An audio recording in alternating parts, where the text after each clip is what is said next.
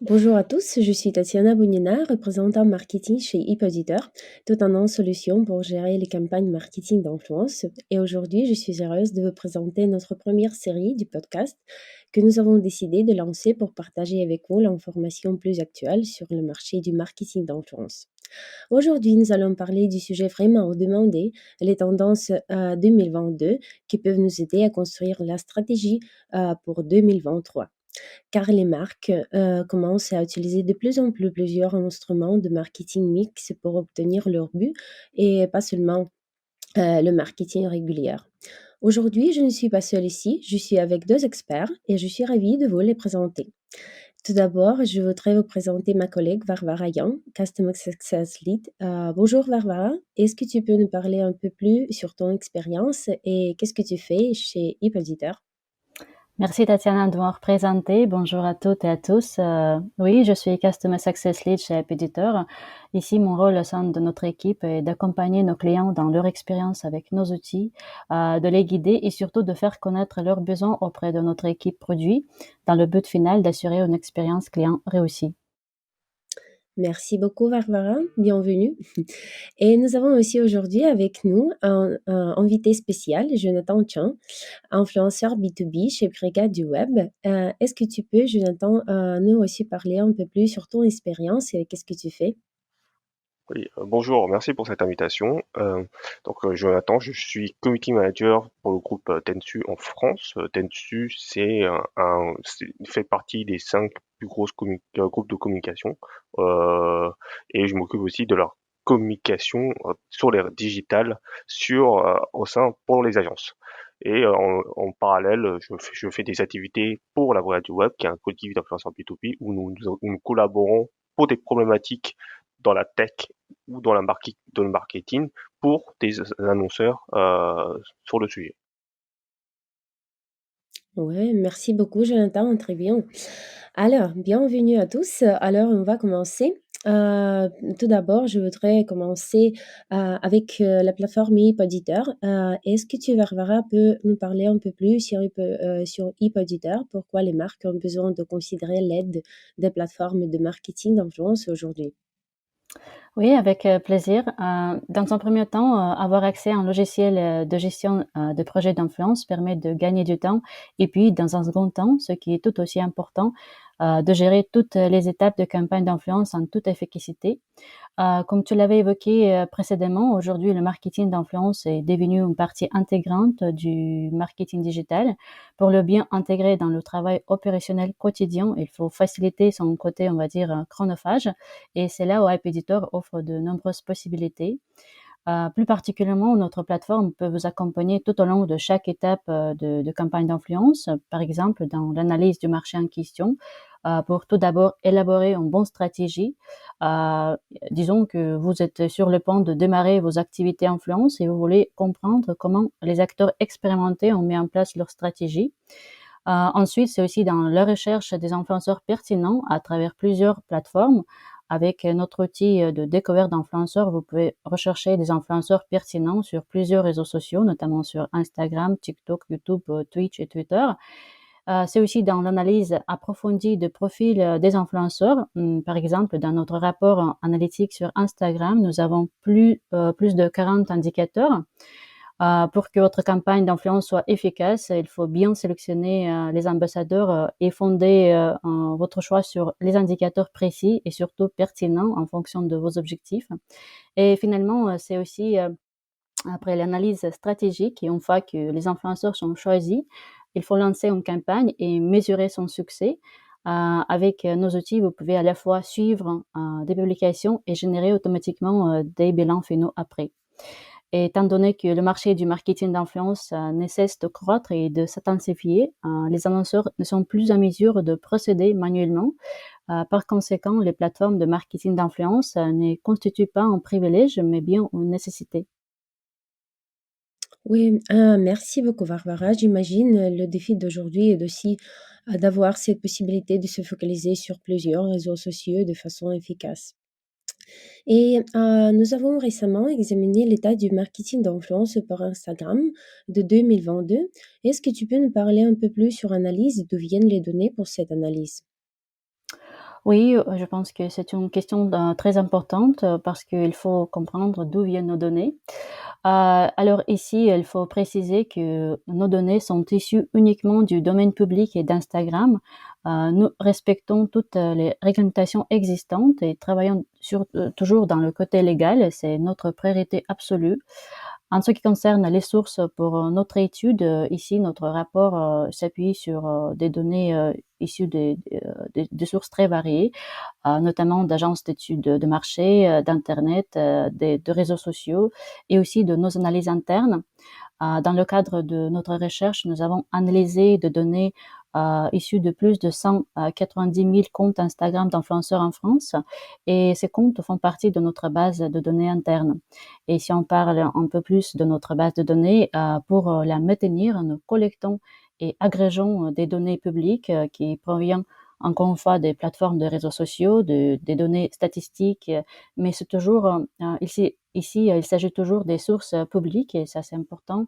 Et une fois que nous avons collecté suffisamment de données, des données brutes, nous ici procédons à l'étape suivante, c'est celle de traitement de données, de tri, de structuration, de nettoyage et des fois de suppression des irrégularités de données.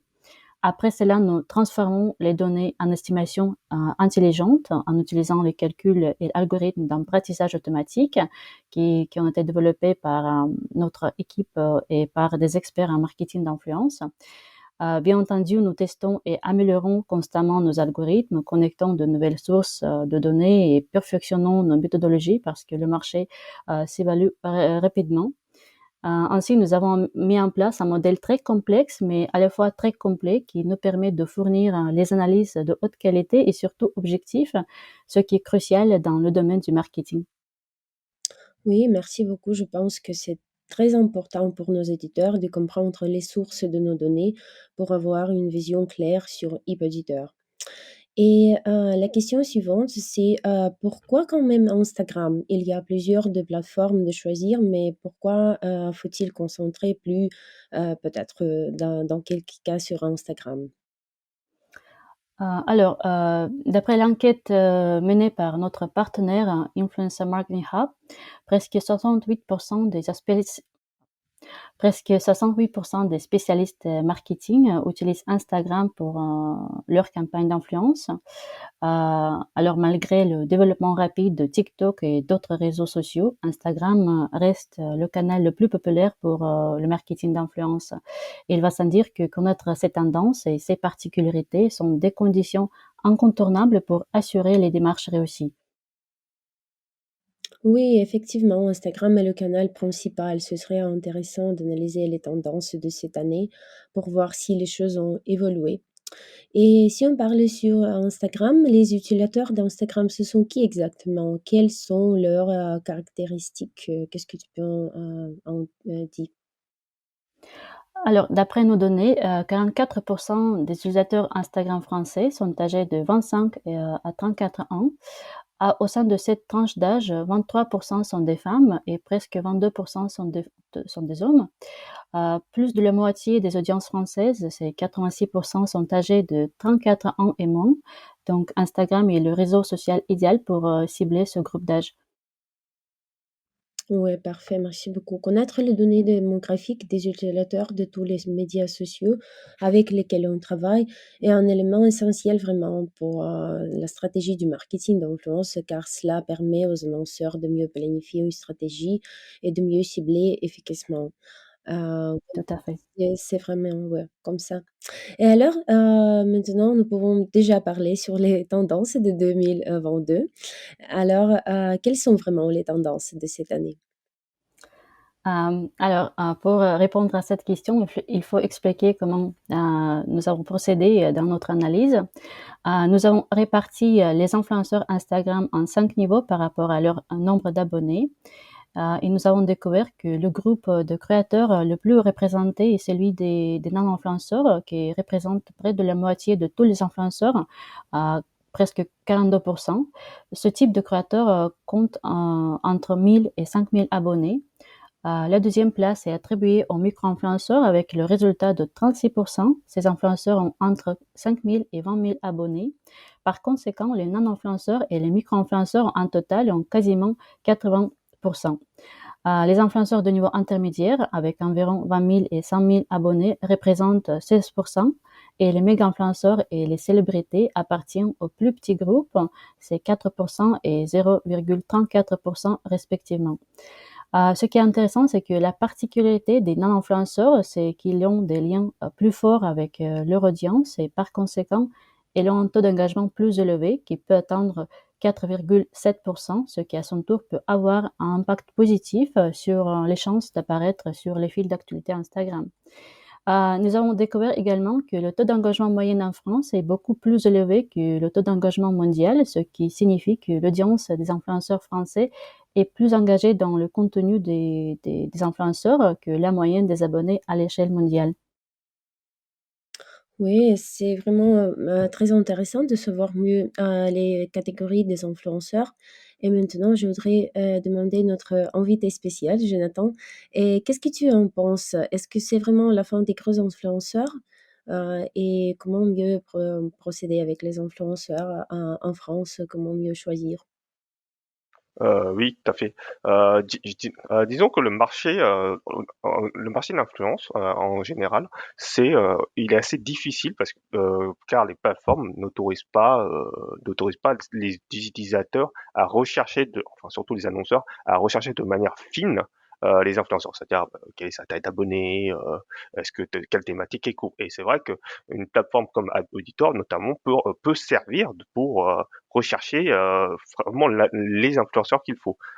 Toutefois, au niveau pour les grosses, est-ce que c'est la fin des gros influenceurs? Non, je pense pas, parce que je pense que les gros influenceurs serviront beaucoup sur sur des opérations comme pour les opérations d'égérie, d'ambassadeurs ou pour l'UGC de marque.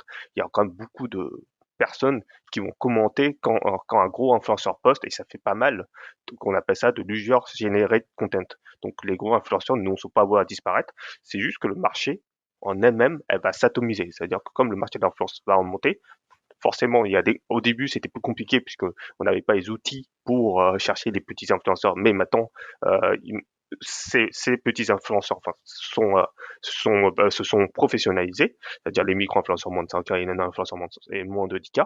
Et donc, oui, et maintenant, on a ce qu'on appelle ça, une meilleure répartition de pouvoir. C'est-à-dire avec, du coup, les marques vont donner un peu plus de budget parce qu'à taille égale, entre, par exemple, c'est-à-dire si on prend 5 micro-influenceurs et qu'on prend un gros macro-influenceur sur la même taille, c'est plutôt les micro-influenceurs qui vont gagner parce ils vont plus communiquer sur de la niche avec un meilleur taux de conversion et ils sont plus authentiques.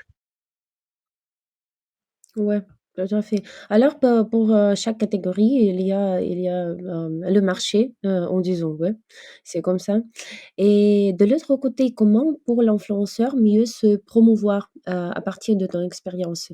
Parce que nous avons parlé comment mieux trouver les influenceurs, mais de l'autre côté, comment pour l'influenceur mieux, se promouvoir et se montrer sur les réseaux sociaux pour être choisi par la marque? Je considère que l'influenceur doit être son propre média. C'est-à-dire son propre média, c'est-à-dire un peu définir sa stratégie de visibilité.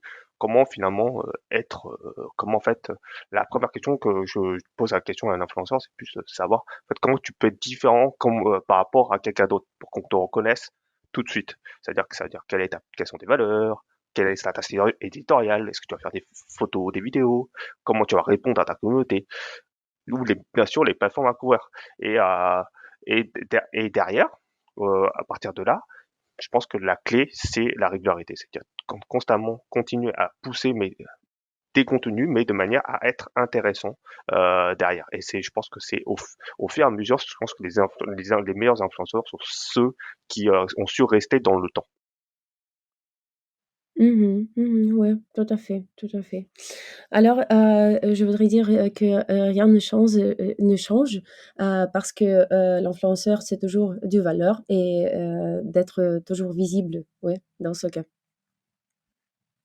Et Varvara, de la part de plateformes marketing d'influence et auditeurs, comment notre logiciel peut aider à trouver les influenceurs pertinents? Nous proposons un outil destiné à cet objectif. Cet outil s'appelle la découverte influenceur. Cet outil vous permet de trouver les influenceurs qui correspondent à vos objectifs à travers plusieurs réseaux sociaux. Pour Instagram, par exemple, nos filtres sont divisés en 3 sections.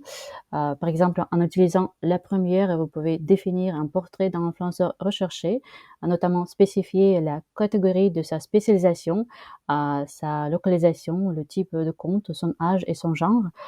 Pour effectuer une recherche plus nuancée, il y a un filtre qui vous permet de rechercher par des mots-clés. La seconde section des filtres porte sur le public cible. À part les caractéristiques démographiques, vous pouvez choisir sa localisation et même ses intérêts, ce qui permet de cibler de manière plus pointue. Et bien sûr, nous avons des filtres sur la performance des comptes analysés. Il est possible de spécifier le taux d'engagement, le taux de commentaires, le taux de croissance de compte et même trouver les influenceurs qui ont déjà collaboré avec des marques particulières. En plus, nous avons notre propre filtre de qualité de compte, l'utilisation duquel vous permet de rechercher parmi des influenceurs de haute qualité avec des audiences et l'engagement authentique. Et considérant l'ampleur du problème des activités frauduleuses, ce filtre représente un gain de temps énorme. Ouais, parfait. Ça a beaucoup d'aide, je voudrais dire, de la part de plateformes.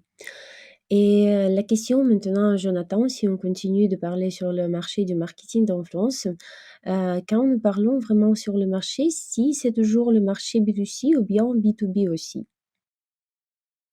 Alors c'est pour ma part, ce sont les 2, mais après si on parle de part de marché, évidemment que le B2C domine le B2B. Je considère qu'encore il y a 90% des influenceurs qui sont dans le B2C par rapport au B2B.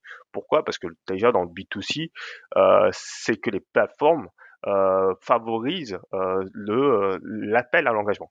Alors, comment on génère de la visibilité au niveau des influenceurs? C'est souvent à base de likes. Et souvent, bien sûr, il est plus facile de liker, par exemple, quelque chose sur Instagram que, par exemple, qu'un retweet, par exemple, notamment sur Twitter. De plus, en fait, on a des API qui sont plus faciles à trouver. Les outils sont bien développés par rapport à ça, donc c'est pour ça que le B2C, il y a les thématiques sont bien couvertes derrière.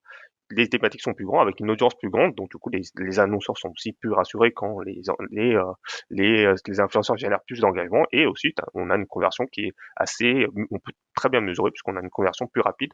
Si on partage un influenceur partage un code promo, en fait, avec le nombre qu'il y a, forcément en B2C, on peut déjà estimer le niveau de vente. Alors qu'en B2B, c'est plus une niche, un peu, ça commence à se développer. On en a un peu plus, notamment par exemple sur LinkedIn, avec le développement des personnes qui sont qui sont dans le freelance.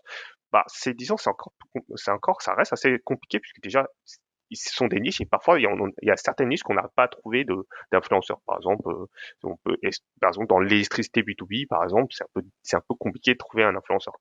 Donc, de même, en fait, aussi, c'est dur, c'est encore assez compliqué de mesurer parce que le parcours d'achat est assez long en B2B. C'est-à-dire, en fait, comme on fait un gros achat derrière, voilà, ça peut passer d'un responsable de communication au CEO, au directeur d'achat pour valider. Et donc, il faut influencer chacun des parties, ce qui donne une multiplicité d'acteurs qui fait que sur le B2B, c'est la stratégie un peu plus complexe. Et enfin, à la fin, en B2B, il y a aussi ce qu'on appelle la stratégie de fond et de forme. C'est-à-dire que c'est bien d'expliquer, bien sûr, une belle photo, mais ça ne suffit pas, la belle photo.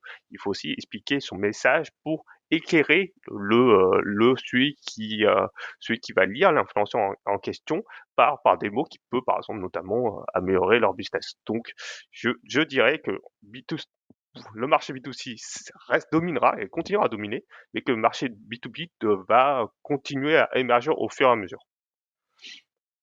Ouais, très bien, merci beaucoup. Oui, ce sont vraiment les 2, mais la stratégie est différente. C'est que et la stratégie pour B2B est vraiment un peu plus, complexe. Ouais, c'est comme ça. Merci beaucoup. Alors on va continuer, et la question à Barbara, parce que nous avons parlé de la thématique. Quels sont les sujets autour desquels les influenceurs créent du contenu? A-t-il des catégories les plus représentées peut-être? Alors, parmi les catégories les plus représentées, on a trouvé ici le contenu lié au mode de vie. C'est d'ailleurs la catégorie la plus populaire. Dans le top des catégories, on trouve également photographie, musique et art. Et si on parle de taux d'engagement, ici, les catégories qui ont été les plus appréciées et commentées étaient liées au sport, hein, tels que sport avec ballon, sport de course, sport extrême. Ces catégories se distinguent par le taux d'engagement plus élevé, plus de 4%. Ouais, mais ce n'est pas étonnant, je voudrais dire que le sport engendre plus d'émotions et encore une fois, la question à Barbara, comme une des spécialités les plus fortes du e-péditeur est l'analyse des activités frauduleuses. Parle-nous d'état des choses en France. Avant de répondre à cette question, je pense qu'il est important d'expliquer quels sont les types d'audience des influenceurs que nous distinguons chez nous, chez Appéditeur. Tout d'abord, ce sont des personnes réelles, ce sont des comptes Instagram, des vraies personnes qui consomment du contenu d'influenceurs. Puis, ce sont des influenceurs, ce sont des comptes Instagram qui ont plus de 5000 abonnés. Puis nous avons des comptes suspects, ce sont des bots Instagram ou des comptes vides ou des personnes réelles qui utilisent des services d'automatisation pour augmenter le nombre de likes ou de commentaires. Et finalement, nous avons des abonnés de masse. Ce sont des comptes qui ont plus de 1500 abonnements. Les personnes qui ont trop de suivi sont beaucoup moins susceptibles de spotter, de voir un post publicitaire dans leur fil d'actualité. Et il ne faut pas oublier qu'Instagram donne la priorité aux publications des comptes avec lesquels il y a des interactions. Et si on regarde sur les valeurs moyennes en France, seulement 67% des abonnés des influenceurs sont des personnes réelles, ou autrement dit, les personnes atteignables. Et Barbara, qu'est-ce que l'on entend par le terme fraude? Parce qu'il y a beaucoup de questions. Ah oui, tout à fait, cela peut désigner plusieurs choses en fait. Tout d'abord, par exemple, s'il y a des anomalies de croissance sur la courbe du nombre d'abonnés. Cela peut désigner aussi s'il y a des commentaires inauthentiques, qui viennent des pots d'engagement ou qui sont des commentaires des bots. Ici, il s'agit aussi des manœuvres de chapeau gris. Les plus répandues aujourd'hui sont l'achat d'abonnés, l'achat de likes ou de commentaires, aussi l'achat de vues de stories. Et encore une fois, les pots d'engagement, peut-être il faut préciser que les pots d'engagement, c'est quand les influenceurs se mettent d'accord pour s'échanger des likes et des commentaires sur leur contenu respectif. Ouais. Et Jonathan, la question à toi. Je suis vraiment très surprise de voir que les fraudes touchent près de la moitié des influenceurs créateurs de contenu.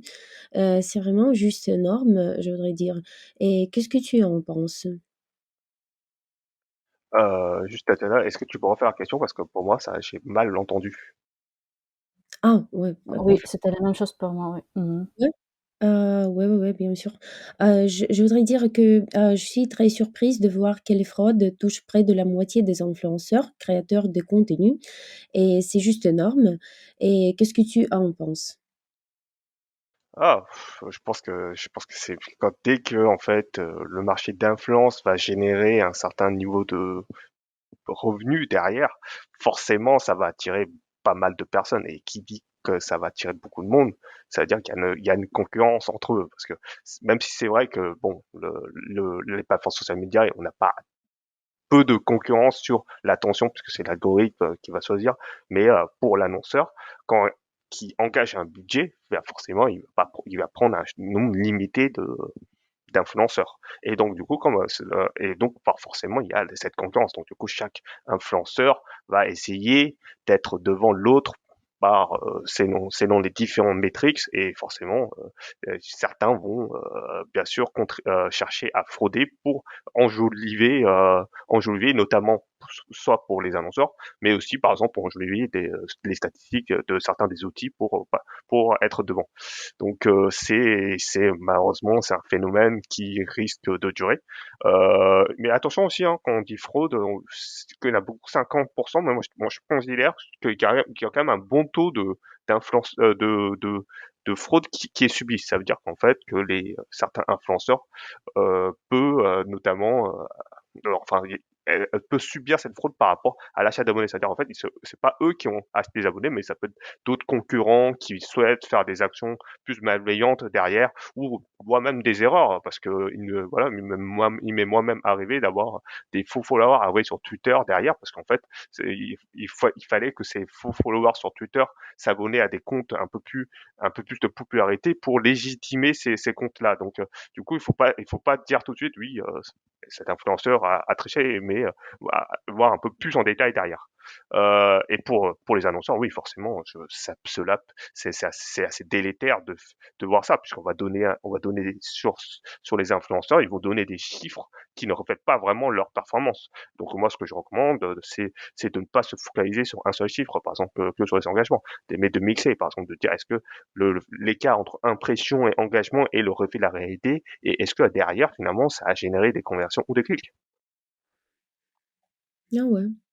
Et Barbara, si on continue à rentrer dans les détails, quels sont les types de comptes qui sont les plus touchés par la fraude?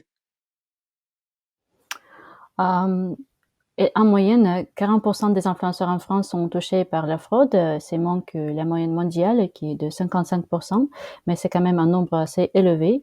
Mais ce qui est important de comprendre, comme Jonathan l'a mentionné, c'est que pas tous les influenceurs touchés par la fraude ne le font pas exprès. Par exemple, concernant les comptes suspects, une certaine proportion de ce type des utilisateurs est présente dans chaque profil d'influenceur, comme très souvent il s'agit de l'usage des logiciels automatisés qui effectuent ces actions de suivi. Ça se passe d'une manière assez chaotique et par conséquent, surtout pour les grands comptes, il est difficile de contrôler leur présence. Et concernant les comptes qui sont plus touchés par ce problème que les autres, on relève ici le groupe des macro-influenceurs, presque 58%. Les comptes qui sont les moins touchés sont des comptes des non-influenceurs, ce qui représente un autre atout de ce groupe. Environ 31% des comptes sont concernés ici. Ah, et ouais, et voilà effectivement un autre avantage de ce groupe d'influenceurs, je voudrais dire. Ouais. Et Jonathan, je voudrais te demander, si tu sais que font les réseaux sociaux aujourd'hui contre les fraudeurs? Si tu as quelques expériences, tu sais quelque chose, je sais pas, ou expériencé avec les réseaux sociaux, quand ils faisaient quelque chose, contre les fraudeurs? Bah, disons, en réalité, par rapport aux différentes affaires derrière, j'ai vu très peu de choses, des actions de la part des plateformes sur la fraude au niveau des influenceurs. Je vais prendre un exemple, un parallèle, c'est que déjà, ils ont du mal à lutter contre la désinformation, c'est-à-dire du coup le fait que certaines personnes vont collaborer derrière pour pousser certains sujets, donc du coup c'est de la fraude derrière. Et déjà, par exemple sur Twitter, ils ont du mal à lutter contre ceci, donc je vois mal comment les plateformes vont lutter pour la fraude à court terme. Je crois juste que c'est pas leur priorité à l'heure actuelle. Après, c'est vrai que sur la fraude, beaucoup voient la fraude, mais c'est plus, pour moi, la fraude reste encore de la vitrine, puisque bon, quand on achète vraiment des engagements, en réalité, ça fonctionne peu quand on regarde derrière les chiffres, puisqu'en fait derrière par exemple si on se fait liker derrière, c'est forcément liké par des petits comptes. Là je prends le compte d'achat. Les pods c'est autre chose. Donc si jamais, je pense que si jamais il y a un effet contre la fraude au niveau des plateformes, moi je pense que c'est plutôt chez les utilisateurs qui veulent pas que les messages soit disons tronqués auprès de leur audience. Ah ouais, merci. Et Barbara, quels sont les indicateurs des rapports Instagram que les marques d'aujourd'hui doivent prendre en compte? Tout d'abord, je souhaiterais souligner que la valeur de nos rapports analytiques réside dans le fait que pour les construire, nous utilisons les données sur le public engagé. Donc, il ne s'agit pas de followers, on va dire, théoriques, mais des followers qui sont actifs dans le profil d'influenceurs en question. Ça veut dire qu'avec nos rapports, vous pouvez découvrir les insights sur ceux qui suivent les influenceurs en vrai. Par conséquent, vous accédez aux informations les plus justes possibles. Ensuite, dans nos rapports Instagram, nous avons plus de 40 indicateurs différents. Pourquoi sont-ils si nombreux? Parce que comme Jonathan l'a mentionné aussi tout à l'heure, il y a beaucoup d'indicateurs qu'il faut considérer avant de choisir les influenceurs. Alors, malgré la croyance populaire que les aspects les plus importants associés à la qualité des créateurs sont le nombre d'abonnés et le taux d'engagement, en fonction de vos objectifs, les indicateurs différents pourraient avoir une signification. Par exemple, la taille de communauté et le taux d'engagement ne présentent pas de valeur si on ne peut pas être sûr qu'ils sont authentiques. Et grâce à nos rapports détaillés, les annonceurs peuvent comprendre la qualité de followers, combien entre eux sont des personnes réelles ou bien quel est le pourcentage des comptes suspects. Puis, il est possible aussi de vérifier la démographie du public cible. C'est essentiel quand vous souhaitez distribuer vos produits dans un pays particulier. Assurez-vous que l'audience de l'influenceur choisi réside dans un lieu correspondant à votre territoire. Ensuite, quand on parle de la qualité d'engagement, on pense dans un premier temps si cet engagement est authentique. Et dans le rapport Hype Editor, vous verrez si les commentaires reçus sont de vrais, si les likes sont authentiques. Bien sûr, il faut aussi consulter le mode de croissance du compte pour comprendre s'il était naturel et organique, si les abonnés ont été attirés par le contenu plutôt que par la technique follow on follow. Finalement, même si la qualité du profil est bonne, il faut aussi vérifier qu'il y a du potentiel publicitaire. Des fois, les influenceurs qui possèdent une autre qualité du compte ne possèdent pas du potentiel commercial. Pour quelques raisons, ils ont du mal à produire du contenu attrayant pour leur audience. En plus, il y a beaucoup d'autres indicateurs tels que l'analyse de sécurité du contenu, affinité du public avec des marques, analyse du média posté, les intérêts du public cible, même les infos sur la situation matrimoniale. Comme vous pouvez le voir, nous avons plein d'indicateurs et en fonction des objectifs de votre campagne, vous devez vous orienter pour trouver un candidat parfait. Oui, merci beaucoup Barbara. Il y a vraiment beaucoup des indicateurs et de prendre en compte, mais c'est vraiment bien que tout est possible de regarder sur la plateforme des éditeurs. C'est vraiment un grand aide pour les marques. Et maintenant, question à Jonathan. Quels sont les conseils aux marques et aux spécialistes marketing? Qu'est-ce qu'ils doivent considérer quand ils veulent lancer une campagne marketing d'influence sur Instagram? De ton expérience, qu'est-ce que tu peux en dire? Oui, alors je vais faire le complément. Je pense que vous avez des outils plateformes comme Aboutitor donnent très bien tous les données analytiques derrière. Et moi, ce que je vous conseille aussi aux marques, aux spécial marketing, c'est finalement, c'est aussi un métier très subjectif finalement. C'est se dire, oui, il faut aller considérer au-delà des chiffres et je peux se dire, on peut, est-ce qu'en fait finalement, est-ce que est-ce que la qualité du contenu, c'est-à-dire par exemple sur Instagram, la manière de raconter son histoire sur Instagram, si c'est bien travaillé derrière, je pense que c'est aussi quelque chose qui peut jouer dans la sélection de l'influenceur, parce que finalement, c'est bien beau d'avoir 10 000 impressions, mais si ton message derrière, ton contenu ne vaut pas grand-chose, bah finalement tu fais 10 000 impressions, t'as aucun impact derrière. Donc c'est pour ça que je dis que la qualité de contenu, ça reste très important.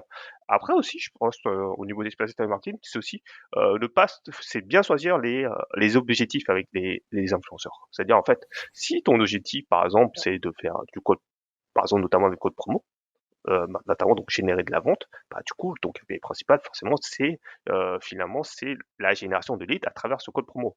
Et non, par exemple, le nombre de visibilité et engagement qu'on appelle ça en KPI secondaire. Donc, c'est bien de définir ça par rapport, bien sûr, à l'influenceur, parce que lui, il a son propre audience. Et donc, en fait, c'est le troisième point derrière, c'est le conseil, c'est de bien collaborer avec un influenceur. Souvent, c'est vrai que l'annonceur va dire oui, c'est moi qui ai le budget, donc c'est moi qui va dire bon, je vais le faire dans ce sens-là. C'est vrai, dans un certain sens, mais l'influenceur en question connaît son audience, il sait ce qui fonctionne et ce qui fonctionne pas. Donc laissez-lui dire oui, bon, pour ma part, je pense que c'est ce dispositif qui fonctionne et c'est en fait c'est à partir de cette co-création qui fait naître les meilleurs partenariats derrière. Donc pour les marques, acceptez de lâcher prise et d'avoir une stratégie plutôt de contenu d'abord avec les chiffres. Ouais, merci beaucoup. Et quelles sont les différences entre les réseaux sociaux? Parce qu'il y a tellement beaucoup de réseaux aujourd'hui. Et comment mieux choisir la stratégie? Peut-être pour chaque réseau social, ou peut-être ça dépend de cibles. Qu'est-ce que tu peux en dire? Ah, pour les marques, faut choisir les réseaux sociaux. Moi, je le regarde sous 3 dimensions. La catégorie d'âge, c'est-à-dire du coup, si tu es un peu plus jeune, forcément, des réseaux sociaux comme Snapchat ou TikTok, forcément, sont plus attitrés pour ces annonceurs. Mais il y a aussi les thématiques. Donc, au niveau thématique, ce qu'il faut regarder, c'est, par exemple, des thématiques comme, par exemple, sur la déco, le design. Bah, ça peut être un réseau social comme finalement comme Pinterest qui va dominer derrière. Par contre, tout ce qui est un peu niveau gaming, jeune et gaming, par exemple, on va pas forcément penser à Twitch. Donc n'oubliez pas de regarder cette thématique et aussi d'usage finalement. Si voilà, si on aime passer du temps pour regarder quelque chose d'assez long derrière, je pense une plateforme comme YouTube peut servir. Par exemple, si c'est pour, par exemple, chercher de l'information assez rapidement en live direct, par exemple, un réseau social comme Twitter est très utilisé. Donc, du coup, pour me adapter, donc choisir en regardant ces 3 dimensions derrière, mais aussi la capacité d'audience qui mène, bien sûr, naturellement, bien sûr, si par exemple, bien sûr, Instagram, qui est le réseau social pour l'instant numéro 1 en niveau de l'influence, bah, va générer un taux d'impression beaucoup plus élevé. Et derrière, un petit mot aussi sur les conseils que je peux donner sur mes réseaux sociaux, par exemple LinkedIn. En fait, ça prend du temps sur LinkedIn. Maintenant, désormais, on peut pas, je passe pour ma part, 4 voire 5 heures à créer un carrousel ou une infographie. Mais ça reste, c'est très intéressant parce que du coup, ça donne un contenu très impactant sur une certaine niche derrière. D'ailleurs, vous pouvez par exemple voir le dernier infographie qu'on a fait, par exemple, pour Auditeur sur l'étude en question, qui donne beaucoup de valeur ajoutée sur l'état du marketing d'influence. Et par ailleurs aussi, sur d'autres réseaux sociaux que j'utilise, c'est Twitter, c'est plus un réseau social plus pour les personnes qui aiment la technologie et très dans le domaine de l'actualité. C'est très bien, par exemple, notamment pour couvrir des événements. Mmh. Ah ouais. Alors et ici, tout dépend de cible et de la thématique, oui, comme un résumé, je voudrais dire, ouais, c'est comme ça. Alors, âge, Ah c'est ouais ça, et âge, style et thématique. ah ouais, bon, parfait. Et j'ai vu que tu as récemment publié l'infographie avec 10 tendances 2023. Est-ce que tu peux en parler plus en détail? Quelles sont les tendances que nous pouvons prévoir pour l'année prochaine? Je vais en détailler, il y en a 10, mais je pense que si je fais les 10, je Il y pense en a que plus? ça va prendre beaucoup de temps. Non, je vais détailler un peu les 3 qui peuvent servir, notamment dans le Ah ouais, marketing parfait. d'influence. Le premier, c'est la décentralisation des réseaux sociaux. En fait, ce qui se passe, c'est qu'à l'heure actuelle, c'est que, en fait, nous sommes beaucoup assujettis aux algorithmes sur les réseaux sociaux. C'est-à-dire qu'en fait, dès qu'un influenceur poste sur les réseaux sociaux, il va atteindre juste une partie de sa cible, il va pas atteindre 100% de sa cible. Donc à partir de là, en fait, on dit que c'est décentralisation, c'est-à-dire en fait, on va exporter, les marques vont exporter leurs fonctionnalités sociales sur d'autres environnements. C'est-à-dire, par exemple, leur site internet. Je prends un exemple. Par exemple, on peut faire, par exemple, du live shopping, notamment, sur les sites internet. Et en fait, le live shopping, on sait sur le live shopping, ça marche très bien chez les influenceurs. Ça peut atteindre notamment 10% de l'e-commerce d'ici 2025 derrière. Donc il y a donc cette fonctionnalité d'agent public, mais c'est aussi tout ce qui est décentralisation au niveau Web3. C'est-à-dire du coup on assiste à l'émergence des réseaux sociaux qui vont plus redistribuer la répartition des revenus derrière à travers par exemple la vente de NFT à partir de ces réseaux sociaux du Web3. Deuxième tendance qu'on voit, c'est les contenus extrasensoriels, c'est-à-dire en fait, il s'avérait qu'en fait, quand on regarde les personnes derrière, on s'est vu qu'il y avait 50% qui aimaient lire le contenu, mais que derrière, il y avait aussi 30% des personnes qui préféraient écouter un contenu et 20% où c'est d'autres sens derrière. C'est comme le goût, le, le fait de ressentir quelque chose. Et donc, derrière, c'est aussi de produire un contenu qui est finalement adéquat à chacun de ces différentes personnes. Donc, par exemple, ici, nous, on le fait très bien, parce que le podcast, par exemple, est destiné aux personnes qui préfèrent entendre un contenu par rapport à 50% des personnes qui préfèrent lire un contenu. Et enfin, la dernière tendance que je retiens beaucoup, c'est l'émergence de tout ce qui est dans le sujet environnemental. Il est vrai que quand on voit par exemple les dernières conclusions du GIEC, c'est vrai on voit que la planète va de plus en plus mal et qu'on n'arrive pas à tenir les bilans carbone pour tenir les degrés derrière.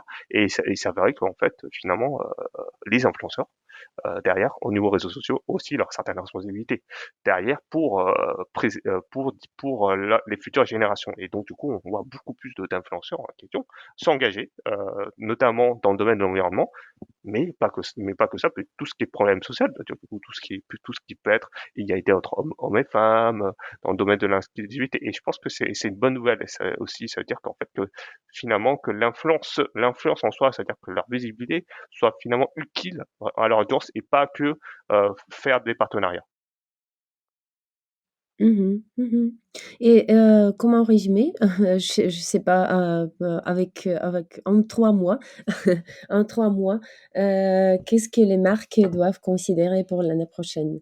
Alors peut-être, je sais pas, le bon contenu, l'engagement et choisir un bon influenceur et mieux cibler, c'est comme ça? Comment on peut le faire, le résumé? Ah, je pense que tu l'as très bien résumé. Je pense qu'il y a, voilà, je pense que c'est très bien, Merci. c'est très bien de cette manière-là. Donc non, Parfait. Merci beaucoup. Alors, je pense que c'est tout pour aujourd'hui. Est-ce qu'il y en a, je sais pas, de votre part, Jonathan, Varva, quelque chose, d'ajouter? Je sais pas? C'est bon pour moi, je pense. Ouais, très bien. Merci beaucoup alors à nos experts pour la discussion, pour les conseils et pour l'information utile. J'espère que notre audience le trouve utile aussi. Et merci beaucoup pour votre attention aujourd'hui. Pour trouver plus d'informations sur HipAuditeur, veuillez visiter notre site web hipauditeur.com pour demander pour le démo ou bien trouver les coordonnées de notre équipe commerciale. Jonathan, si tu veux laisser l'information aussi, comment on peut te trouver, ton blog, tes coordonnées? oui, oui, vous pouvez retrouver mon compte Twitter qui s'appelle @chanperco pour retrouver toute l'actualité sur la veille.